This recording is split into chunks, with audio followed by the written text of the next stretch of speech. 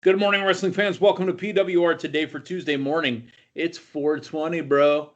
I'm the man they call Meathead with Linda K. Linda K, how you living? Are you living relaxed? Are you living off the green life? How you doing? It is 420. Yes. I'm feeling good. 420, recently inducted into the Hall of Fame, Rob Van Dam would have loved to be on the show today. This is Oh, a yeah. beautiful day. 420, bro. Wasn't this also Earth Day for a long time? I don't recall it being the same day unless it got changed, or is Earth Day now like the first Monday, or not first, but like third Monday of I April, don't know. I always or thought Earth Day was a date versus a certain Monday of the week or a certain Thursday of the week or honestly, if you ever get bored, go read the history of all the holidays throughout the year. Because now they make up all these stupid days.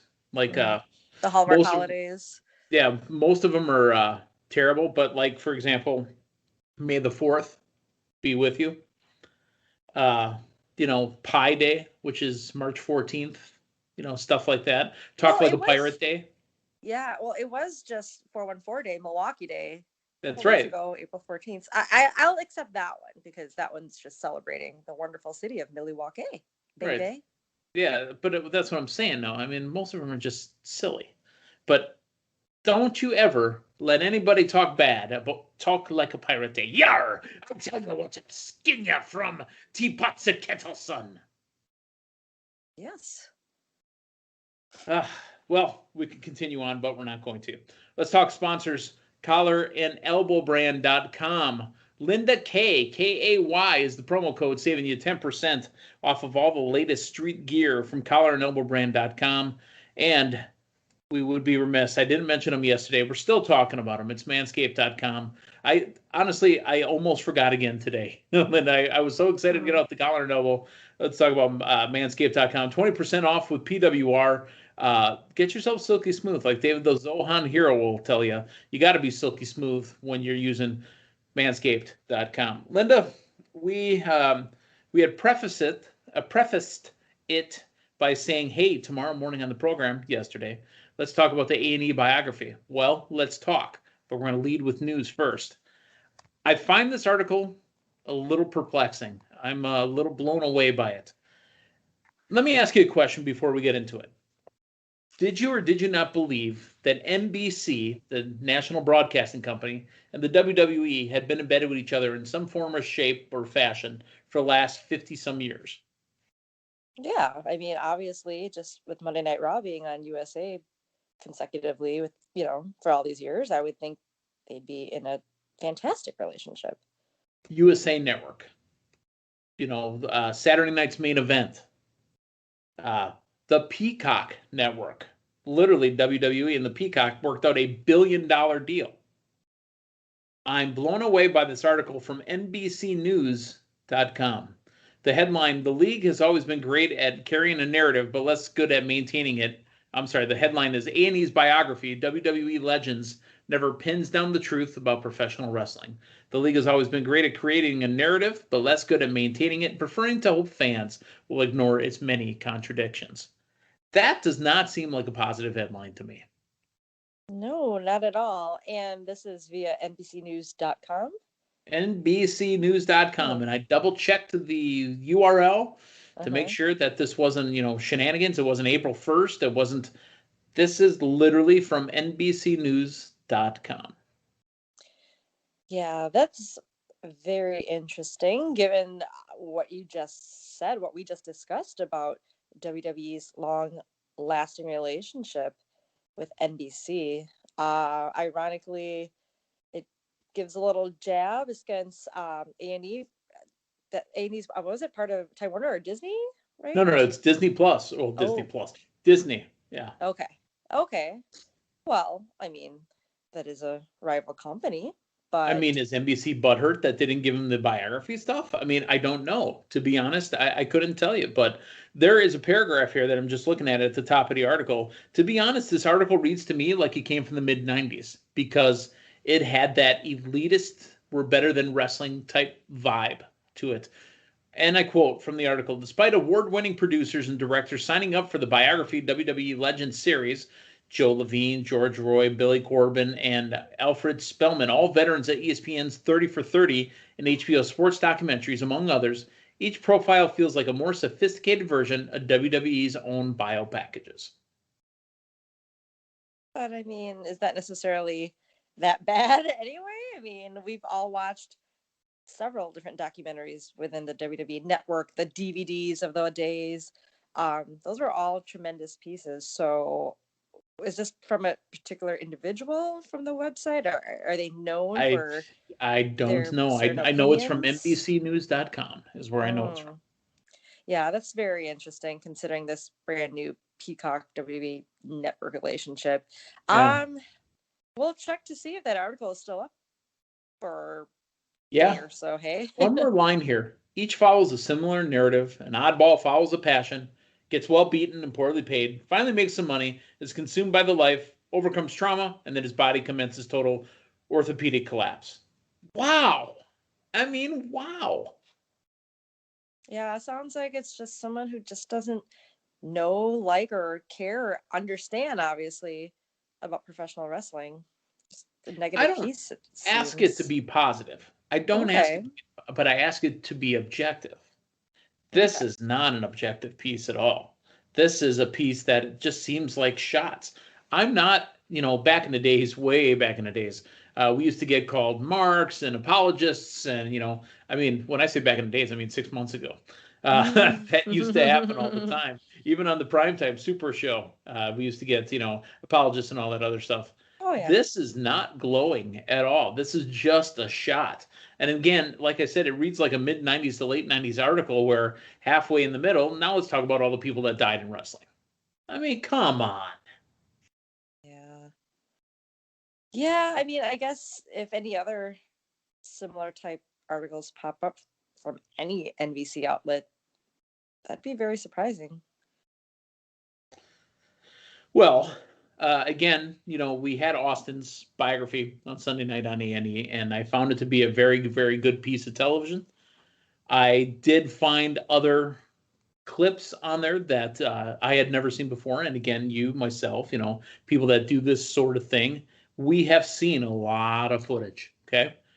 I got new clips. I got new footage. I got new interviews. Mm-hmm. So it seems like there was some work done here, which I expected. Okay. I absolutely enjoyed talking about the build up to King of the Ring because, again, you and me and everybody else with the Pro Wrestling Report, with the exception of Matthew, really, because, we're all Milwaukee people. And the King of the Ring, Milwaukee, 1996. I enjoy hearing the name Milwaukee, enjoy hearing King of the Ring, and it's the same story over and over. And what I really enjoy is knowing when they said they took him to the hospital, I know what hospital I took him. There's one 6 blocks away from the building. So, of course, I know. I found that part absolutely fascinating. Yeah, anytime we have some type of local tie, some type of familiarity, it obviously makes it more special, more meaningful. And, we've seen different stories, recaps of Austin and King of the Ring here in Milwaukee and whatnot, and the birth of Austin 316. But with this new show, biography, being something new, had to differentiate itself at least a little bit, and getting the new clips and finding out certain details and specifics that we never heard of or seen definitely adds a lot more to the story and to the franchise itself. So we understand this in all of our lives, not just wrestling, but in sports. I'll use Michael Jordan as an example, or, Ric Flair for wrestling, but Austin specifically, because we saw this on Sunday. The greatest in their business, the greatest at what they do in the world, sometimes miss out on some other things because they are so dedicated to being the best at what they do, almost obsessive to being what they do. Did not remember, maybe I knew and I've forgotten, but Austin left a family behind. He got divorced before the King of the Ring push and really just kind of pushed himself into being the man, right? I did not know Austin had a couple daughters that he's trying to build a relationship with now, obviously outside of wrestling and now doing the podcasting and maybe some appearance stuff and what have you. So it's very sad to see. However, I understand it. I'm not that good at anything to be that obsessive about it, but I can understand being that good at something. You know what I really got a kick out of was him growing up in his town, and he had a few brothers, and his brothers were always the partiers. Austin did not drink in high school. He was very focused and very into being an athlete, and just progressing to being the man. Can you believe that I said that and that they said that? Austin, while he was growing up, was not a drinker. He was very focused, very healthy. um, on paper, no, but knowing just how dedicated he was to being the best and being the top man, it definitely makes sense. And that's the best thing about, being somebody, portraying someone you're not, is just this whole other personality, this other lifestyle where it's not just fun, but you make the most of it. And in Austin's case, I mean, he was the number one man, the best of the best, the king of the ring. Yes, I mean, you literally can add Rock in there, and you could add Austin in there. The Austin McMahon series, the man getting back at the evil boss, is the Attitude Era. That is it. There's other pieces that go along with it, but that is what carried it. And we heard Austin talking to Jericho. Says it's a very lonely place at the top because the guys, when you're in your main event match, are usually using your match to get to the next town. So they're not there waiting for you when you get back through the curtain. Yeah. Yeah, always great to hear that additional insight, and just the show itself, very promising. Can't wait for Rowdy Piper next week. Right. Just a whole nother telling tale, and having family and other close, exes and other friends that they had back when. Yeah. And it's just, as we've said, there's been lots of other biographical shows, just, Dark Side of the Ring, for example, another big recent one. Yes. Every show has to do something a little bit different, like we just said, and having some new info, new footage come to light definitely draws more interest of just getting the same old. And there you go. Yeah, Rowdy Piper next week. Yep. Rad. I got to bring up one more thing from the biography that I absolutely loved was the underlying story that they told about the relationship between Stone Cold Steve Austin and The Rock. And it's new interviews with The Rock that you've never seen before. Honestly, Rock is either the greatest actor in the world of everything, or Rock was about to break down and cry just for his fondness for the man known as Steve Austin, formerly known as Steve Williams. Yeah. I mean, Rock Austin is my all-time favorite feud. Getting more insight, learning more about it, and how they mentioned Austin's last match. There were only 4 people that knew about that, and how Rock whispered in Austin's ear, like just moments like that you don't catch obviously back, when it was live, and now you just know so much more, and it's just like, wow. Amazing. Makes you want to go back to the network on the Peacock and just rewatch that again, because they kind of zoomed in. VHS tape, but yes, Peacock would be much more convenient. They kind of zoomed in and saw Rock holding Austin and whispering into him, and them knowing, like you said, that was Austin's last match. It was Vince, it was JR, it was Rock, and it was Austin. They were the only ones that knew it was the last match, and he didn't want to. His words, he didn't want to dump on Rock winning finally by saying, "Oh yeah, by the way, it's my last match." They also told the story about, again, one more thing. They told the story about Austin taking his ball and going home. I get that too. They had proposals for him with what they were going to do next, and this is really what sent him home. And I don't think it was anything personal against Brock Lesnar, but they had Austin booked to lose clean to Lesnar on TV. Why? That is and Paulie said this best. That is a match that would sell out 100,000-seat indoor stadiums. Mm-hmm. Why is he losing clean to him on TV? Gosh, yeah. I mean, that could have been a long-going feud in itself, but, shows like this really reveal certain things behind, unexpected events taking place, and now we know a little bit more of why.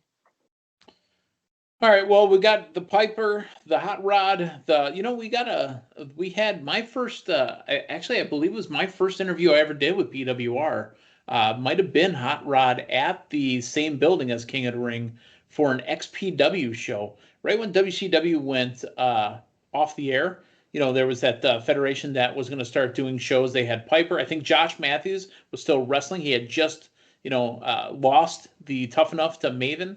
Mm-hmm. Hogan was on that show. Who else was on the show? Hacksaw Jim Duggan.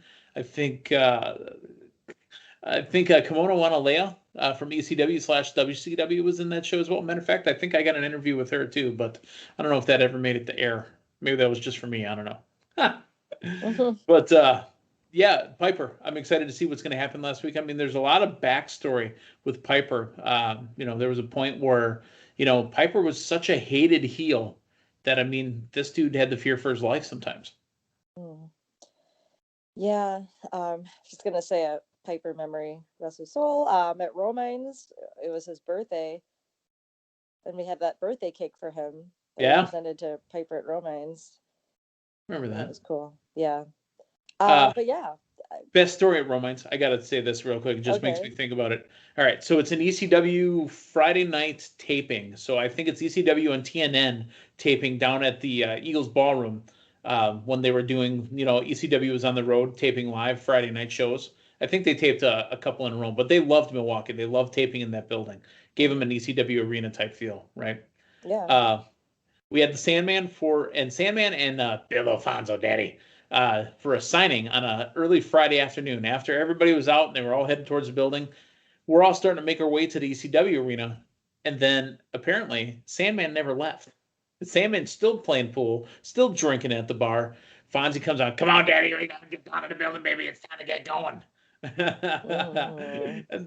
And then we'll have to ask our good friend Diamond Dave Dahlia the story about him, Bill Alfonso falling behind the jukebox and yelling, I can't get up. It keeps going round and round. What's going on here?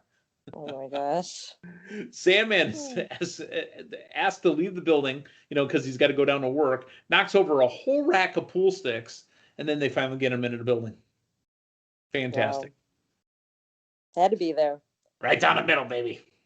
All right, let's talk about Raw from last night, which was not right down the middle. It was definitely off to one side, and it wasn't a good side. But you ready to talk a little Raw? Yeah, absolutely. Okay, let's start with something positive. I enjoyed Drew McIntyre on a microphone. Not a ton of passion, but some entertainment. He said maybe T-Bar and Mace can come down and get some retribution on me. Nah, I made a joke. That's what he said there. MVP, as always, gold on the microphone, but... when MVP was standing there toe-to-toe with Drew and he came out of the ring, you had to know that the last two remaining members of Retribution would attack, and they did. T-Bar and Mace attacking Drew McIntyre from behind, which set up a big-time match later on in the night. It was not the main event. It was the top of the second hour, I think. Drew McIntyre, technically in a tag match against T-Bar and Mace. Yeah, we discussed something off air right after we were done recording yesterday. And I mentioned something about how T-Bar and Mace possibly joining, if it's not the Hurt Business or the new whatever it would be called. The Bud Hurt Business, right? Yes. That they could still align with them. However, they would no longer have this current Retribution persona. Like, the mask could come off, the makeup come off, and they could possibly be in new sharp suits. Maybe. And align themselves with Lashley and MVP. I thought that'd be unique. And you mentioned something about how MVP would be like, no, get out of these clothes, get out of the mask. Like, let me show you something nice. And yeah, after last night, I think what we talked about may happen. It's definitely leaning that way. I mean, I don't want to jump ahead, but we got to see a layer, if you will, come off of T-Bar and Mace. So now it's kind of like what started. Remember when it was like one piece of their mask or their outfit would peel away, like every week? Yeah, see a little bit like an onion, just gets stinkier the more you peel. Mm-hmm. So this time it just got tore off, but I liked it. I know I'm jumping ahead, but that's okay. I do like the reveal, and it definitely brings more interest to. So let's wrap up the Drew McIntyre and Retribution T-Bar and Mace stuff. Drew McIntyre did have a tag team partner. It was Braun Strowman, and they both bitch slapped them with their own masks. That I was know. fantastic. Dominic Dijakovic. Now, Dio Madden, this is not against the man one bit, looked more like a man with that mask on. He took the mask off, he had a baby face. I mean, he still had the dark makeup around his eyes, so it still made him look a little scary. He looked like a scary baby Huey. Oh, but he's got size, and He's him got and size and long Dijakovic hair. together. Yeah. Yes, but no, I love the unveiling and just how rough just tearing off the mask is. I know we got a mask tear on AEW last week, but this one we got to see the faces. But that was a snatching. Dude, that mask tear from last week in AEW, it's like they snatched the wig off. I mean, 2 days, they seriously, the Bucks snatched that wig right off his head. Mm-hmm. Do you think that's why they took the masks off T-Bar and Mace last night? No, I feel like it was already coming, considering they helped MVP after Raw last week before Dynamite took place. I think maybe it helped push the storyline along a little further, a little faster. But they're not fully showing the relationship between MVP and T-Bar and Mace. We saw MVP watching and back, and him saying, not admitting to any type of alliance quite yet, but the mask. Yeah, they didn't acknowledge each other. Right. But okay. I think it's great. For the first time, I've got some interest for. I mean, I've liked Dominic Dijakovic and Dio Madden before, but now with them being T-Bar and Mace, I've got some interest. Do they drop the names next week? I hope so, but maybe not. Maybe not. Hey, let's talk about guys that were dropped from the Hurt Business. Cedric Alexander and Shelton Benjamin taking on the returning Viking Raiders. This, to me, just had doom written on it for Shelton and Cedric. I did not see any chance that they were going to beat the Viking Raiders. Just like last week. I mean, they're going to have that strong return for the Viking Raiders, or was it Viking Express? Viking Express, Viking Experience. I mean, yes. Yeah. I don't think that Cedric and Shelton should still be a tag team at this point. Let's split them up and have them back at their own big singles run. Right. Let's skip ahead a little bit and let's talk about the Arcade Bro.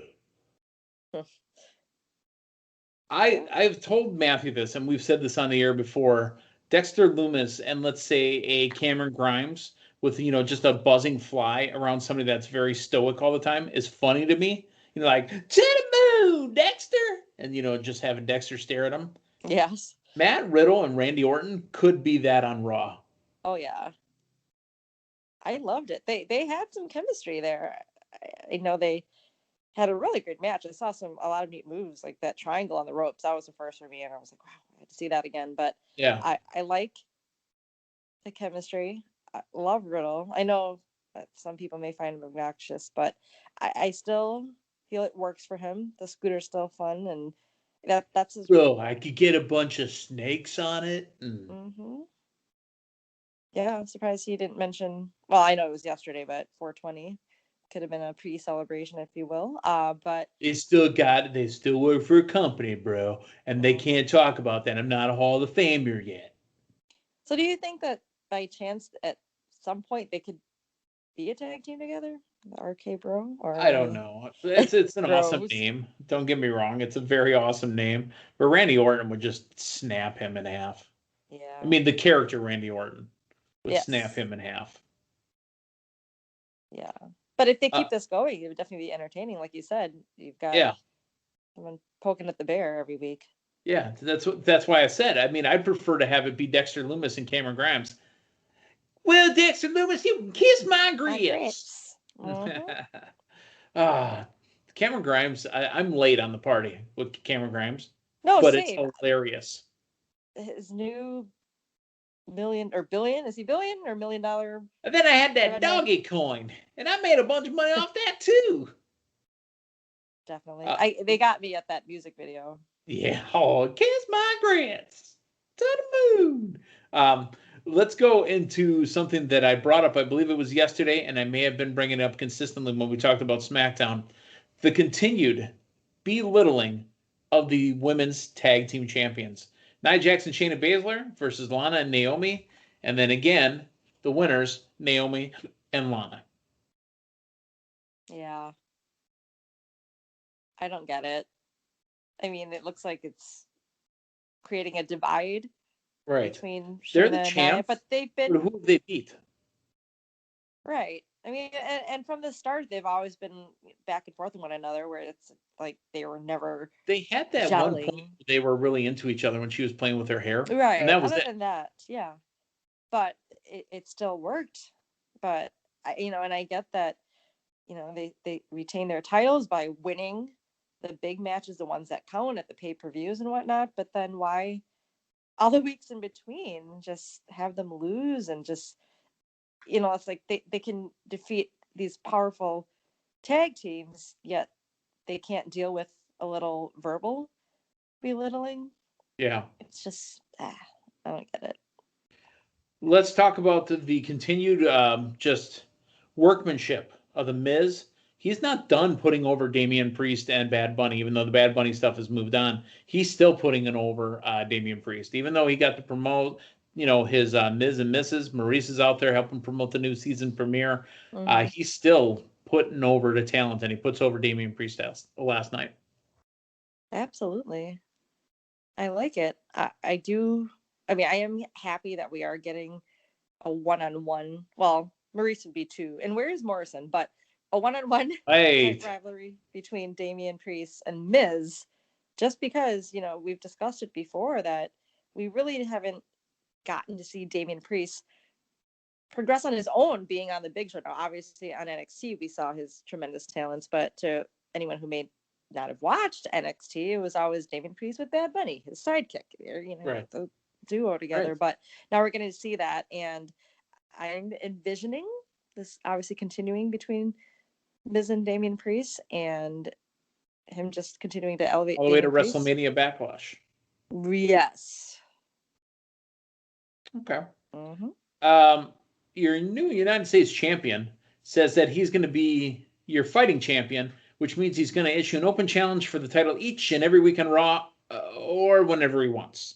Sheamus calls out everyone and the music hits. Here comes Humberto Carrillo. I mean, it was nice for Humberto Carrillo to get some time outside of chasing after the 24/7 title, but yeah. Oh, where has that been anyway? There was no mention or except for the Old Spice commercials. I'm sorry, I'm thinking about WrestleMania. Yeah, it's still Truth is the champion still, right? Yes. Because he got it back from the Old Spice guy. Mm-hmm. But I digress. So, I mean, obviously, squash match, just a way to show Sheamus as a powerful U.S. champion, but yeah. Main event, something I was interested in, which was Asuka and Charlotte Flair. This is a pay-per-view match, and it is definitely main event worthy for Raw. Did they change Rhea Ripley's music? No, it was still the one. This is my brutality, which sounds okay. Sorry, I'm gonna sidetrack here or segue a little. Obviously we got that live performance at WrestleMania that everybody was like, no. So it made me listen to Rhea Ripley's song more and more. Everything that was saying or yelled out during that live performance at Mania is said in the actual song. It's just piped down. Yeah. So it was still the same song. Rhea's still looking strong. I think Rhea looks strong. She causes the loss for Charlotte, and Charlotte to end the show did a punt on a ref. Does Charlotte get fined and suspended? Absolutely. That was a brutal beatdown. Those elbows. Like I said, at the end, she gave the Randy Orton punt. Mm-hmm. All right, well, that was Raw. Coming up tonight, we've got NXT. I do have a little bit of business I'm going to talk about, Linda, and you know the news. We are going to finally announce who won the PWR draft for the 2020/2021 season, and we are going to do it in conjunction with the SNE network. Our friend Andrew Baydala, Drew Bay, is going to have us on, and we're going to do the show on his network. And I believe we're going to be airing that next week. So you'll see a little bit of cross promotion between the two of us. We are going to announce. I mean, obviously, I can announce now that I won it, but let's make it grand and let's make it official that I won the PWR draft. Ah. Okay. I'm getting my parade, Linda. Yeah, and trophy, right? I better get a trophy. Yeah. Yes. And what we are also going to do, again, a little bit of an announcement here, we are going to start drafting for the 2021-2022 season. Are you ready this year? Absolutely. I mean, do I get a trophy for being dead last this year? Yeah, but you probably don't want it. If you ever watch the league, their dead last person got something called the Sacco, otherwise known as the Ruxin. Basically, it was a hollowed out bull scrotum. Oh, okay. I don't think you guys would do that to me. Hey, if you lose, you lose. I don't show any favoritism, nor do I let up on anything. If you lost, you lost. All right. Well, in an effort to not be dead last again, for this upcoming draft, Team Longtime will be ready.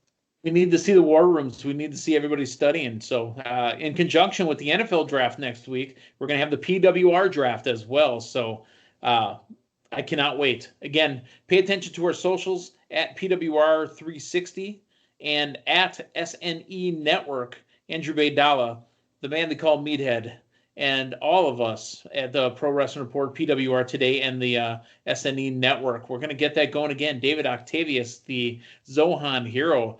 Team Matt Damien. I wonder if he's going to come up with a new team name this year. We are going to get this thing going. Absolutely. I am excited, and I will be much more prepared, as I said, and I'll show you Team Longtime will not be dead last this upcoming year. The team they call Meatheads will be looking to repeat next year, as they are going to be the, I mean, every other draft before was always, one person or two person, except for that one year we had three people in a draft. I won that draft too, by the way. So we'll see. I mean, it's a 5-person draft. I think we're going to go 9 rounds again, 45 picks, and no more of the shenanigans of, picking up 3-person teams and 6-person teams and, are they injured or not injured? Enough of that stuff. So we will have more details coming soon. So check out the socials. I know Drew has a video out there on his handle. We tweeted that back out. It's coming, folks. It is coming. So for Linda Kay, I'm the man they call Meathead. Hey, thanks for stopping by. So long, everyone.